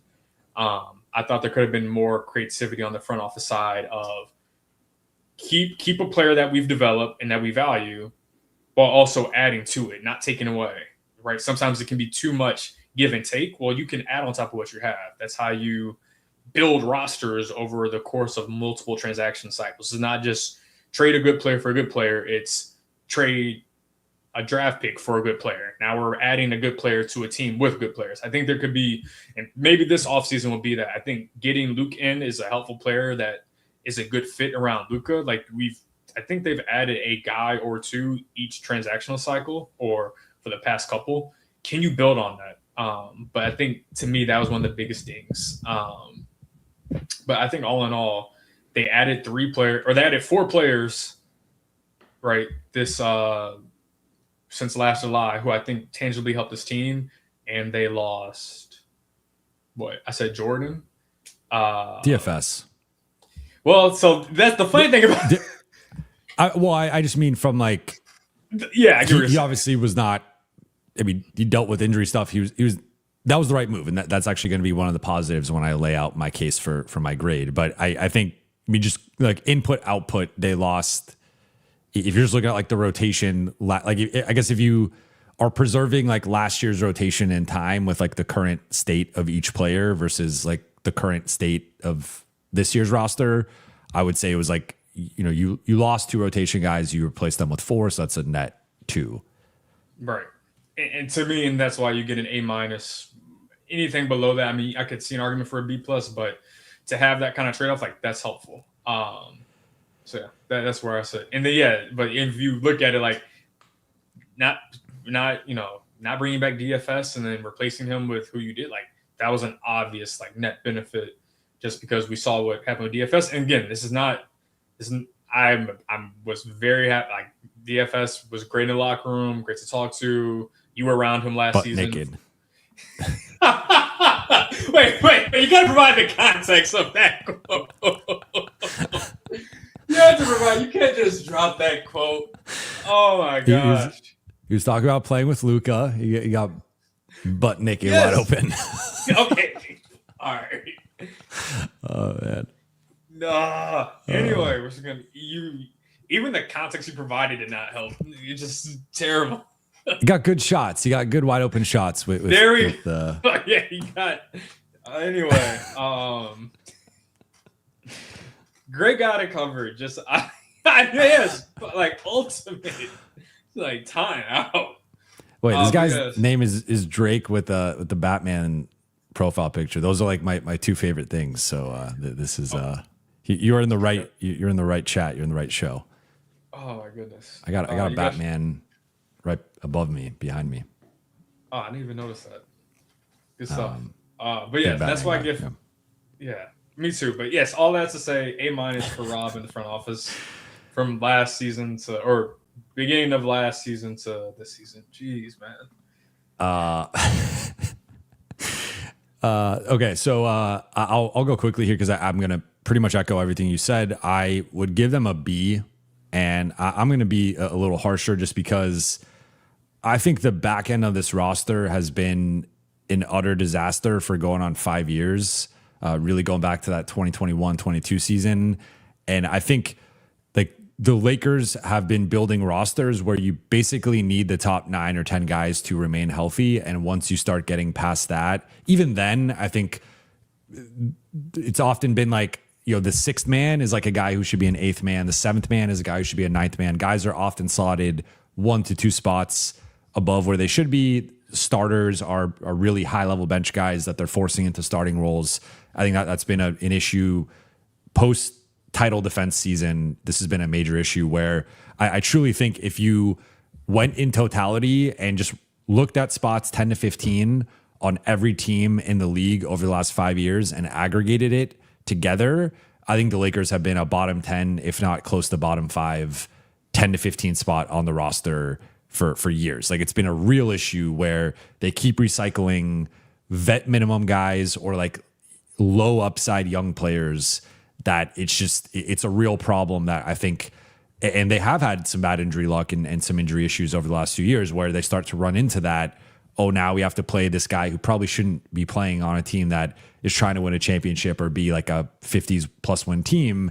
And that to me is like, so that has been my biggest or one of my biggest issues with the roster. I would also say like lack of two-way balance where we could go player by player in the rotation. And like, I don't know if any player outside of maybe Marcus was like above 50th percentile on both sides of the ball. I think, you just go player by player. It's like every player is below average, I think, on at least one side of the floor. And that's not the same issue for a lot of the other elite teams. So that's where I continue to give a lot of credit to JJ and Luka, LeBron, Austin. Like I think those guys carried a subpar roster to what it ultimately became.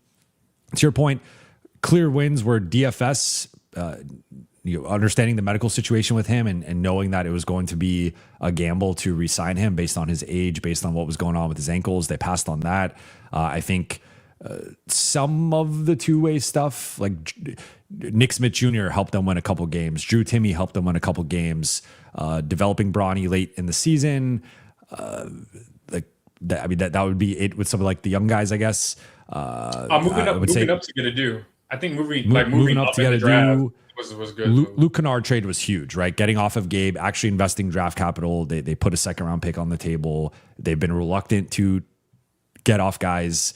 Now, flip side for me would be, I think if you judge, they put clear parameters on the summer. So through those parameters, I think the summer was like an A-A. If you like, you're just working within those exceptions that the Lakers had between the non-taxpayer MLE and the biannual, they got like really good value. Marcus and DA both outperformed. I think both guys were like $15 to $20 million players, at least in the regular season. And Marcus, still had a really good postseason. DA was pretty up and down. But like, if you're just judging their on-court value and production and impact, I think Marcus easily was a non-taxpayer MLE guy or even a bit above that. Same thing with DA, right?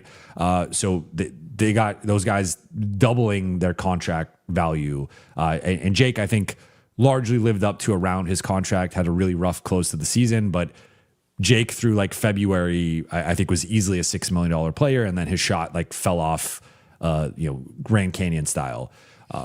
But I would say to all the analogies we've made with like food and stuff, the Lakers went to the market with a $20 bill and they brought back great ingredients to make a $20 meal, but they had more money to spend if they were more creative and aggressive, and they could have spent $30 at the market. They could have spent $50 at the market.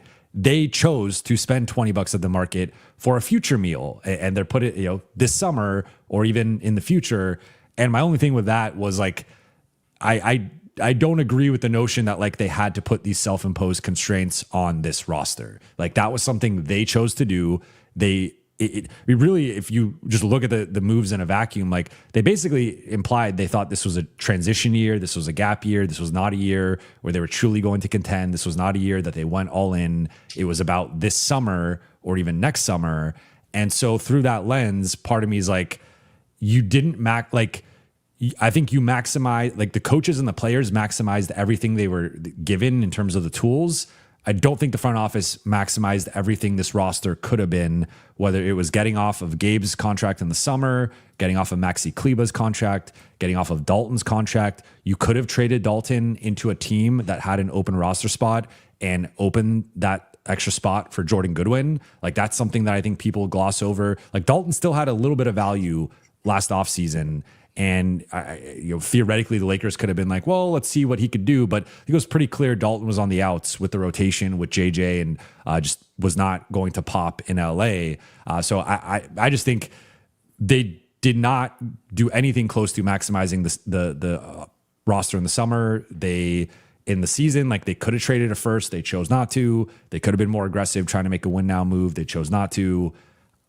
They did not maximize this season from that perspective. And so now there's a ton of pressure on this offseason to nail it, and we'll see if they do or not. But like I felt like they, again, for the self-imposed stuff of we don't want to give up a first and we don't want to spend future money, you nailed that. But like now you have to nail this summer and you have to go add a couple big pieces. You have to improve the roster. If you don't and you effectively run it back, then I think I would almost look at this offseason even worse and be like, well, you could have done more and it wouldn't have really impacted this summer and you didn't. So a lot of moving parts with all this, but I would give them a B. I think they could have done more. They could have done better and they didn't. But we have one super chat here and then we will wrap. This one's for you directly, Khobi. This is from Yup, She's Right.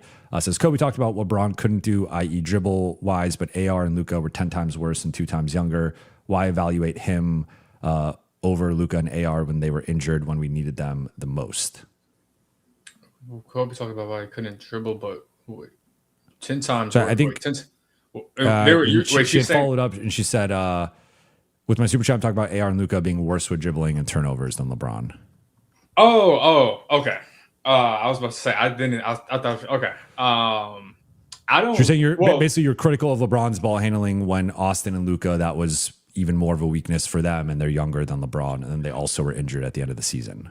Yeah, no, I get that. I guess in terms of my season long grade, I'm not saying specifically ball handling is like because LeBron struggled ball handling. Like I'm not even talking about from a pure turnover perspective. I mean more so like aesthetically, like we could see like it doesn't always result in turnovers. Sometimes it's a play that doesn't happen.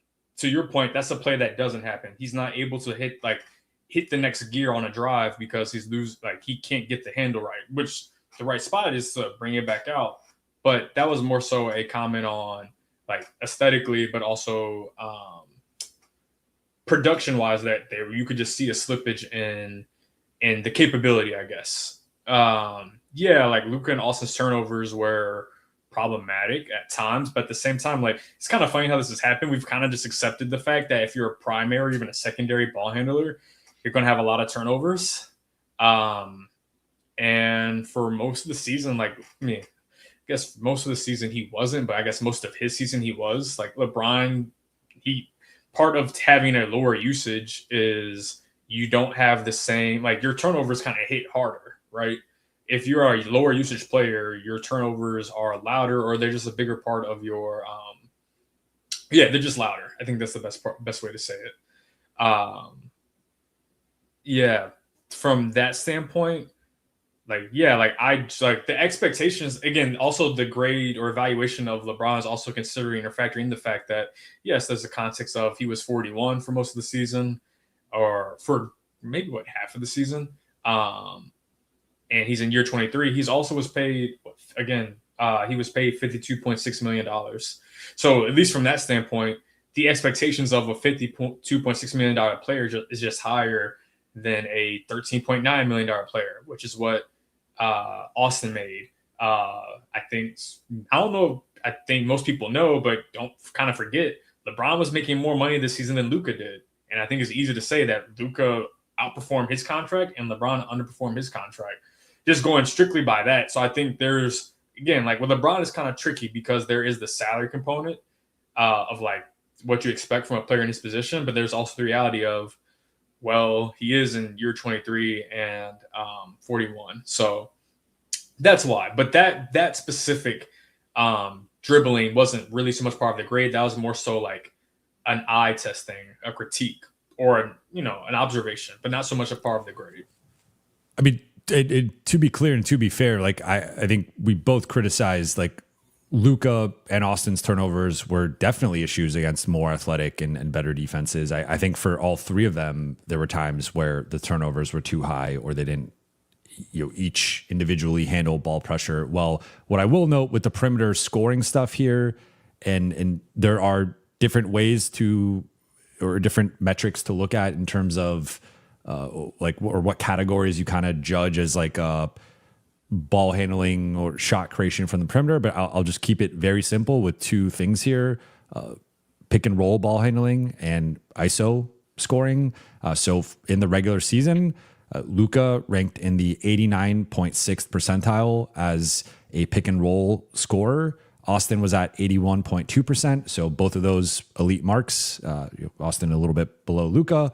LeBron was at 54th percentile. So LeBron was barely above average from a points per possession scoring out of the pick and roll. And then you look at ISO scoring, Luka was at the 93rd percentile.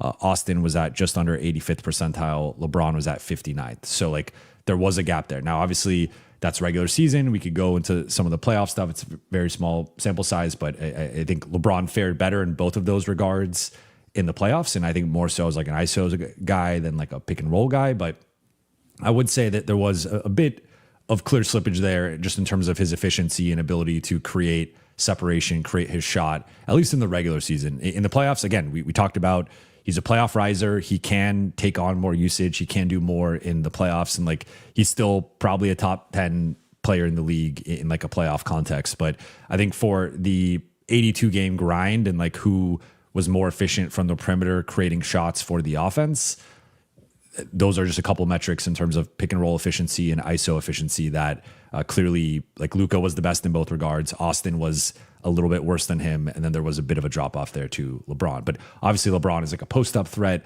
I think LeBron as a passer is still in an insane, like, the gap between Austin and LeBron as passers is still massive Austin's a really good passer. LeBron's just in a different stratosphere. So I don't want to relitigate that entire conversation, but I just wanted to provide a little bit of additional context.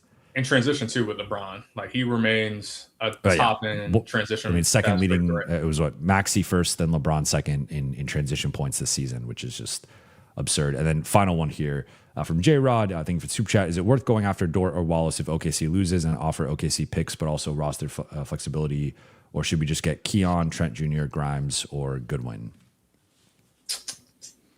I would much rather have Kason Wallace than Lou Dort, and I would give easily a pick. I would even, 2 is a lot, but I mean, this guy just made all defense second team. I think Kason Wallace is like a top 5 point of attack defender in the league. You cannot dribble in front of him.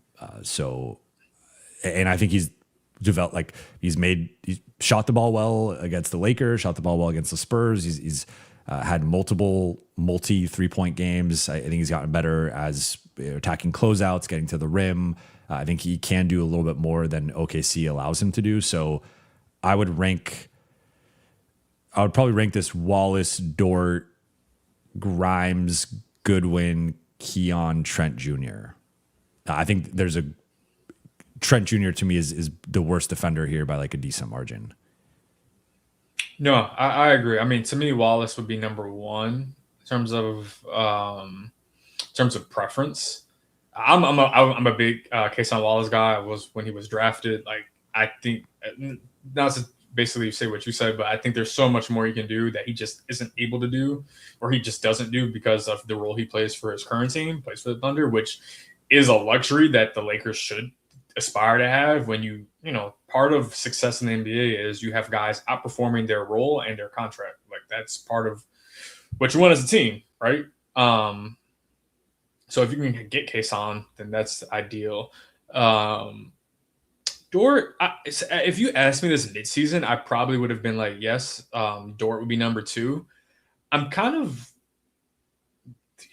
getting lower on Dort, and it's less about him in terms of his capabilities and more just valuing what he does bring. Like again, the JJ quote, they would need guys who can shoot, dribble, and pass.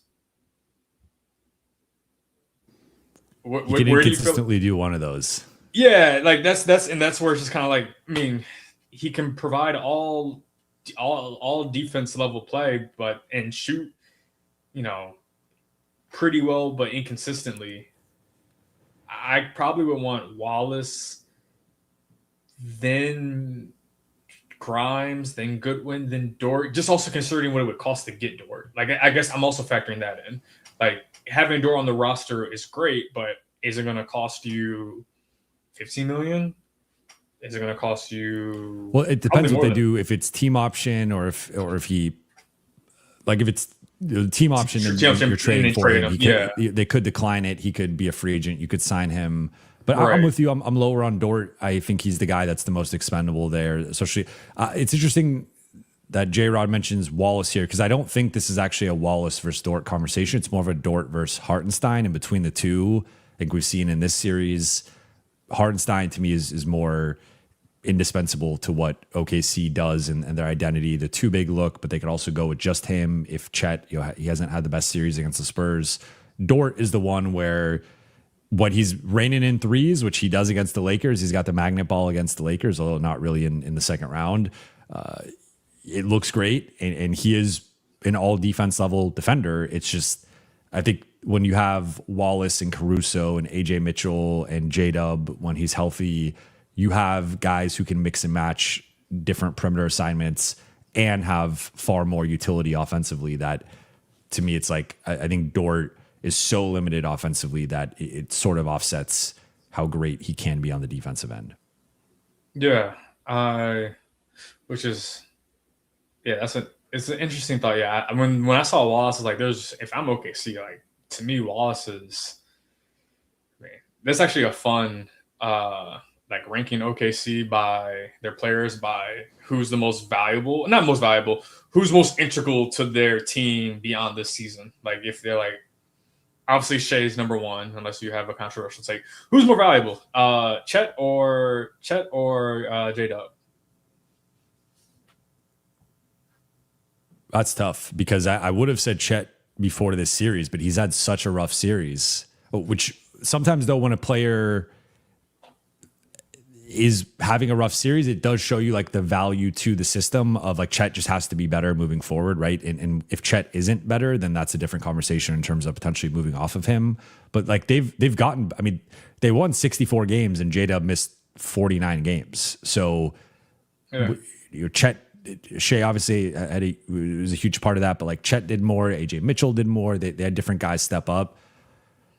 I think I would lean Chet slightly just because of the defensive impact, which again, we haven't seen in this matchup as much. And like, just might be he might just have a giant Wemby problem, but I think I kind of lean Chet, although it's like J-Dub last year was like a top 15 guy by the end of the season, universally, and had a 40-point finals game. So J-Dub's ceiling, J-Dub's definitely a better offensive player, and he's a really good defender as well.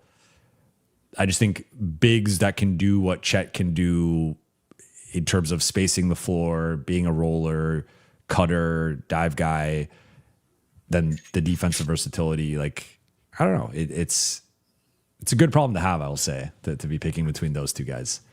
I know. Dort is okay. Dort is KCP. I actually think KCP at his peak is better than Dort. I agree. I think Dort was peak. Both guys at their peak, Dort's better defensively, but KCP's better offensively. I think a really underrated part of KCP's game was the grab and go in transition and his ability, like so quick, so athletic that he could catch outlet passes or grab it and go himself. And like him as a weapon in transition was a big part of LA's success and Denver's success. So I would say I think there's a pretty decent gap. There's arguably a decent gap between them on both sides of the ball because I think KCP was a good guard defender. I don't think he scaled up the best, where Dort I think has a bit more versatility there and probably at his peak is again the better defender. But I think KCP was a better blend of offense and defense, where Dort is far more skewed toward defense. No, I agree. Also, interesting. There's only three guys in this decade that have won 2 championships. Wait, Caruso. Wait. Ah, dang it! I was gonna guess.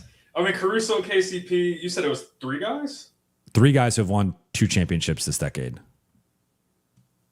Caruso, and they all have something in common. KCP, Thomas Bryant. No, Thomas Bryant. He didn't win 2. They're all Lakers, right? Or former Lakers? No. The third guy isn't a Laker. Oh, wow. Crap. I mean, Caruso was the obvious one. KCP. All right. We can't do this. All right. Who's the third? Jrue Holiday. Oh, duh. Yeah. Celtics and Bucks. But that's wild that it's like all similar player archetypes of like these athletic, defensive-minded guards with shaky jump. I mean, Jrue was at a different level offensively than Caruso or KCP were, but like at this point of his career, he did scale down his offensive role. I mean, he was a pretty big offensive role in Milwaukee and still a bigger offensive role in Boston than either one of those guys. But like, at least from a defensive perspective, it was like tough, athletic, defensive guards. That's like a really valuable archetype that and look, maybe Dort in OKC won the championship and then he has a second one. Yeah. No, all right. We've fun. We said we were going to go an hour. We ended up going nearly 2. Never I am going to have to pull the plug here on this, but appreciate you, Khobi, for your time. Appreciate you guys for tuning in midday on a Tuesday. I'll be back tomorrow with Trevor Lane to go over the rest of the Lakers supporting cast and talk through who fits long-term and who doesn't. Khobi, already have your X account and your California Post author profile in the show notes. Anything else you want to plug before we get out of here? No, I mean, nothing too specific. I mean, have a lot more stories coming down the pipeline next few days. I think Coach of the Year is going to be announced, like, honestly, within like the next 40 minutes. We'll have story off that. And then tomorrow, I think we're going to have an explanation in terms of my ballot. I went over my ballot, I think the last time you had me on, but just explaining why I make certain decisions, more so from like the Lakers perspective of why didn't I vote Luka, not just not vote him MVP, but why I voted him the spot I did, why I didn't vote JJ Coach of the Year down the line. So look out for that. I think something me and Melissa Rowland are going to tag team on for tomorrow. Awesome. Well, appreciate you guys for watching and listening. For those watching on YouTube, please be sure to hit that subscribe button, turn on channel notifications, and like and comment on this video. For those listening on Apple Podcasts, Spotify, or your podcast platform of choice, please be sure to follow, download, and leave a 5-star review. I'll be back tomorrow. I'll talk to you all then.